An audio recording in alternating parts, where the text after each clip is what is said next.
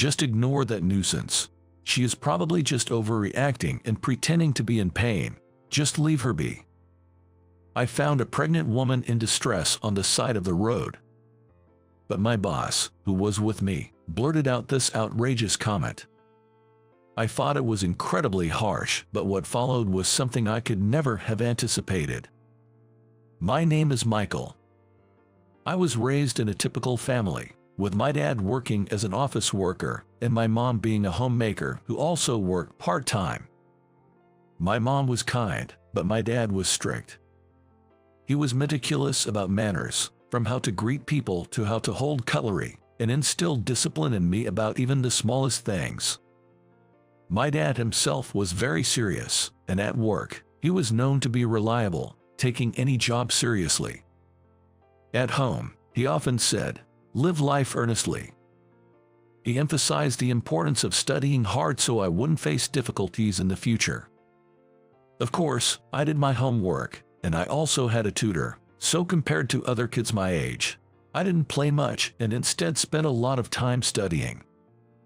Of course, I played with friends, but often I had to leave early because of the class with the tutor. My friends sometimes sympathized with me, saying, "It must be tough studying so much." It was indeed tough, but it also had its benefits. I didn't struggle with exams. I got into the top college prep school in my hometown, and I was accepted into my first-choice prestigious university right out of high school. After graduating from university, I landed a job at a fairly well-known private company.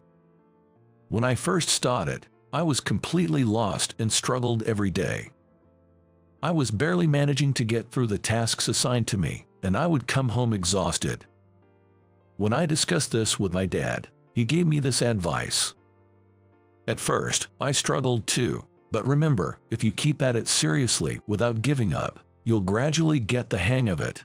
It's important to do every job properly. I took his advice and started tackling each task diligently. Gradually, I became accustomed to the work. At the same time, my colleagues and bosses began to appreciate my reliable work ethic. From there, my career progressed smoothly. Because I was well-mannered, I gained my boss's trust and gradually started being entrusted with more important tasks. Even when going out for drinks with clients, my neat-eating habits were praised, making a good impression on them. Inwardly, I was thankful to my dad. As a child, I sometimes found his words annoying, but entering society, I faced no troubles at all. I was glad for the strict upbringing. With good interpersonal relationships at work, supported by colleagues and bosses, I continued to achieve good results. My salary increased, and as a way of thanking my parents for raising me, I gifted them a trip to a hot springs resort.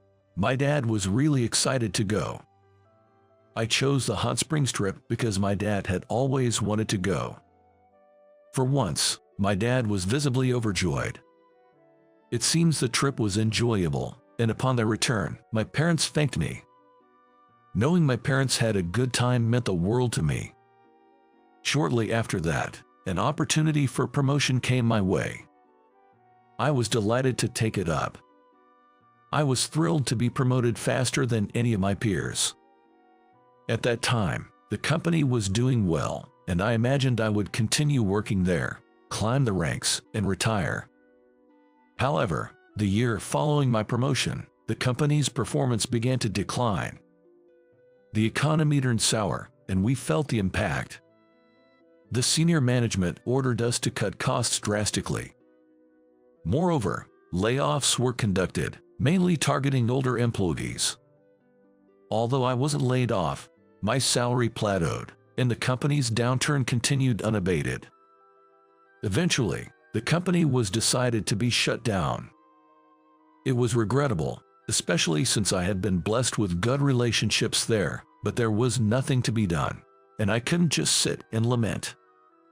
I needed to find a new job quickly, but fortunately, I was lucky. When I told my college friend Tom about my situation, he offered me a job at his company. Apparently, one of the employees had to leave abruptly due to a sudden illness, and they were looking for someone to fill the position. When I heard about the job details, it turned out to be quite similar to what I had been doing at my previous company. Although the scale was a bit smaller compared to my previous company, I wasn't in a position to be picky at this point. I decided to take the job. I was told I'd still need to go through an interview, so I went to the interview location at the scheduled time. The interviewers were CEO Rachel and a person from HR. Rachel was still in her 30s, quite young for a CEO, and she was very beautiful.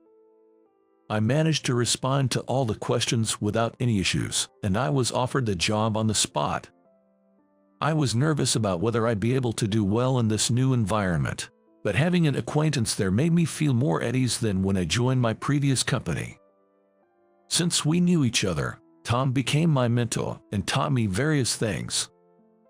As I had heard, the job was similar to my previous one, so I was able to get accustomed to it quickly. However, just when I started to feel settled, Tom ended up leaving the company. His parents ran a traditional American bakery, and it seems they had an accident and could no longer work. So, Tom had to take over the family business all of a sudden. Tom apologized to me with a look of regret. "Sorry for suddenly leaving after inviting you here," he said. "It's okay. It's not your fault. Good luck back at home." I reassured Tom like that, but the days felt somewhat lonely after he left.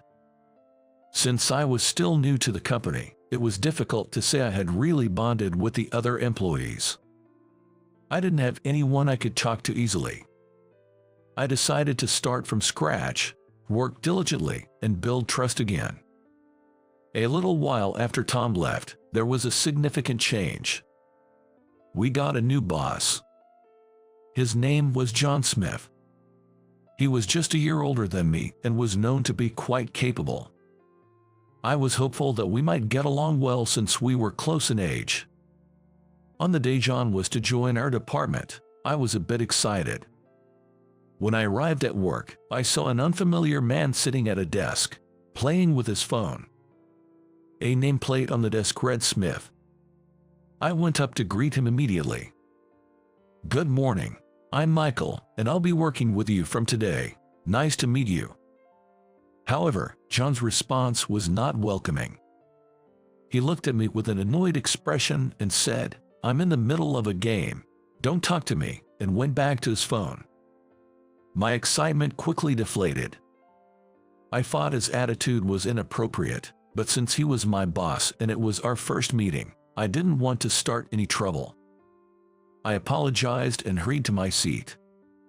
When it was time for his formal introduction to the team, he said, "Nice to meet you all," but he seemed to lack enthusiasm. And so, my days of working with John began. However, it was clear that he looked down on his subordinates. Whenever someone made a mistake, he would berate them, saying things like, "Can't you even do this much? That's why you won't get ahead." And for some reason, he seemed to particularly dislike me. I wondered if interrupting his game had bothered him that much, but it seemed to be more than that. He took issue with my earnest nature. "You said in your interview that being serious about your work is important, right? I hate people like that the most," he told me. I was taken aback when he said this. When I asked why he hated serious people, he simply said, "I've always clashed with those types. I just hate them, that's all." It's frustrating to be disliked for no fault of my own. I have become quite averse to John. He started harassing me in petty ways. For example, he would assign me a large data organization task that normally would be done by several people, and he demanded it be done by tomorrow. It was impossible for one person alone. "I can finish this by myself, even if I work all night. Can I get some help from someone else?" I asked. When I said this, he sneered, "Oh, Mr. Serious can't do it. Relying on others now, are you?" I was furious, but I asked some available colleagues for help, and we managed to finish it by the next day as requested. John looked displeased. "You didn't have to finish it so quickly. Actually, I wanted you to prioritize other tasks first. You're useless, he said. I was truly irritated by these words. The data organization task was probably just a way to harass me. John's harassment didn't stop there. He would always criticize me during meetings and intentionally spill coffee on my documents and reports. I wished he would stop such childish behavior, but John showed no signs of changing his attitude. Amidst this, a bowling event was organized within our department on a day off. It was an annual tradition. John said he would go, and wanting to exercise and improve relationships with other colleagues, I decided to join too. On the day of the bowling event, John was wearing a t-shirt with a tasteless skull print. Furthermore, he was adorned with a plethora of jangling necklaces. Frankly, it was flashy and tacky. Thinking he was stylish, John began to talk about his fashion sense unasked. Though no one said it out loud, everyone must have found it annoying. When the bowling started, I struck a strike right from the start. Everyone praised me, but John seemed unamused. "It's just luck. Even your form is bad," he said, dampening the mood. He probably didn't like the attention I was getting. "Watch this. I'll show you how to throw a curveball," he said arrogantly. John threw the ball with a peculiar form, but it ended up in the gutter. We all awkwardly said it was just a fluke, but the atmosphere turned uncomfortable. I continued to score high, but John's performance didn't improve. Eventually, John reached his breaking point. "I'm done with this," he yelled and stormed off somewhere. Getting so upset over a casual game of bowling was truly childish. The mood was heavy, but once we resumed bowling without him, it became enjoyable again. With the source of the tension gone, everyone had a great time. Time passed while we were having fun, and the bowling tournament was over. I won and received a prize. I was able to get closer to other employees and felt glad that I took part. When it was time to leave, I remembered John. I found him with a group of young women. I told him I was leaving, but he said, "I'm teaching these girls how to bowl, so you, the amateur, go ahead and leave." The women gave awkward smiles. They must have been annoyed inside. John's womanizing in the brief moment I looked away was astonishing. My colleagues and I were utterly dumbfounded. I had to forcefully pull John away from the women and leave the bowling alley. The women thanked me with grateful looks. This incident seemed to have greatly upset John. The relationship between John and me worsened even more. To make matters worse, an opportunity came up for John and me to work together. It was a job presenting to an important client, and as John was the team leader, he had to attend, and it just so happened that I was the only one available. John dumped the task of preparing the presentation materials on me and spent his time playing games on his phone. Realizing it was futile to say anything to him, I reluctantly began working on the materials. Since it was for an important presentation, I couldn't skimp on the effort. I meticulously crafted every part of it. I think the hard work paid off, resulting in a fine finish. Then, the day of the presentation arrived. We headed to the client's office by car. Naturally, I was the one driving. As soon as John sat in the passenger seat, he started playing games on his phone. Suppressing the urge to sigh, I started the car. Soon after we set off, it began to pour heavily. My mood grew even heavier. It must have been about 20 minutes since I started driving. When I casually looked down at the sidewalk, I saw a person crouched down without an umbrella. I quickly stopped the car on the side of the road and got out of the car. The person crouched down was a woman, and her stomach was large, making her look like a pregnant woman. She was soaking wet from the rain. "Are you okay?" I asked, but she just grimaced in pain, clutching her belly. It seemed best to take her to the hospital immediately. since we had the car and the hospital was just a 10-minute drive away. I offered my hand to the pregnant woman, attempting to help her into the car. Just then, John rolled down the window on the passenger side. He had a frown on his face. "Michael, you're not seriously thinking of taking this woman to the hospital, are you?" "Of course, that's the plan," I replied. To my astonishment, John made an appalling remark. "Just leave her. She's probably just exaggerating her pain. Ignore her." I was dumbfounded by his cruel words. "If you really insist on taking me to the hospital, then go ahead and do it yourself." Saying this, John quickly got into the driver's seat and, ignoring my attempts to stop him, drove off. Seeing someone in distress and being abandoned like that was shocking, but this wasn't the time to blame John. The pregnant woman clearly couldn't walk to the hospital, so I took out my phone and called an ambulance. Fortunately, the ambulance arrived quickly. I ended up accompanying her. Even after receiving the necessary treatment at the hospital, the pregnant woman still looked in pain as she lay in the bed, but I was told her life wasn't in danger. I finally felt a bit relieved, but then I remembered I was in the middle of work. "If you need to get in touch with me in the future, please contact me here." Saying that, I handed my business card to the doctor and left the hospital. By the time I hurried to the client, John had already finished the presentation, claiming he had prepared all the documents himself. Seeing me, John smirked proudly. "I managed all by myself. You really weren't needed." On the drive back, John kept annoyingly repeating, "You are fired, fired."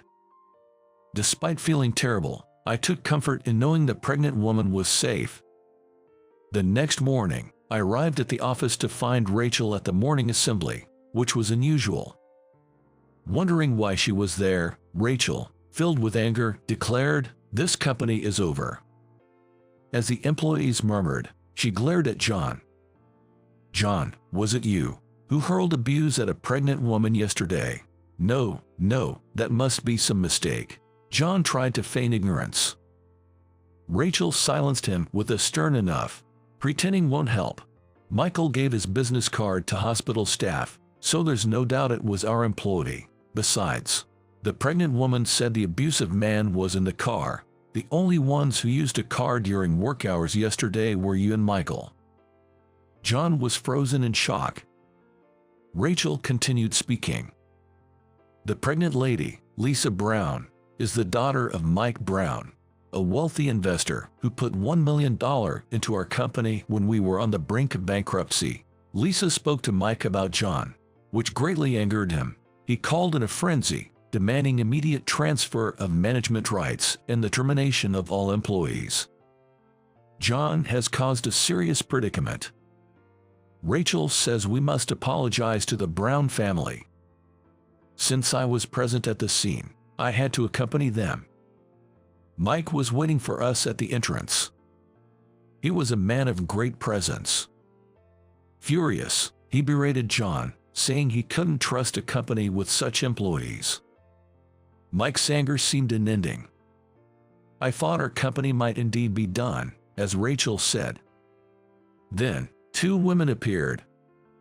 One of them was Lisa. Upon seeing me, Lisa greeted. "Thank you so much. I was out for a walk when it suddenly started raining, and I began to feel pain. You are my lifesaver." The other woman smiled warmly at me. "I'm Emily, Lisa's sister. Thank you for helping us at the bowling alley." I was taken aback. She was one of the women involved with John. Emily glanced briefly at John.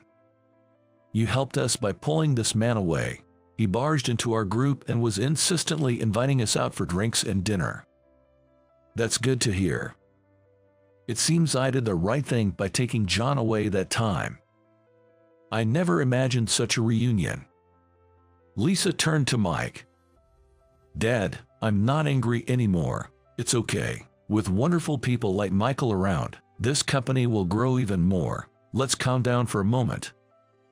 Emily also tried to soothe Mike. "Most employees must be sincere like Michael. it would be a waste to sever ties over one odd individual. Gradually, the anger faded from Mike's face. After a moment of silence, Mike looked at Rachel. I was furious because my daughter was treated poorly. I've reflected on my overreaction. Please continue to manage the company as before. Yes, thank you very much. Rachel smiled relievedly. Mike then smiled at me. Michael, thank you again for saving my daughters. I truly appreciate it. No, I didn't do anything special. I just did what anyone would do. I'm not a hero of justice. I was relieved Mike reconsidered. Our company could keep growing. However, it was decided that John should be disciplined, so he was transferred to a regional branch. John, to everyone's astonishment, apparently continued to look down on people at his new post without showing any remorse. This led to a strike among the employees, causing a major issue. In the end, John decides to quit his job and seems to be on the streets. Moreover, he seems to be suffering from debt due to paying too much for phone games. It's a clear case of reaping what you sow. My diligent work attitude was recognized, and I was promoted in place of John. I've successfully led a major project, and everything is going smoothly. My parents are delighted with my success. Living earnestly, as my father advised, has truly opened up my life.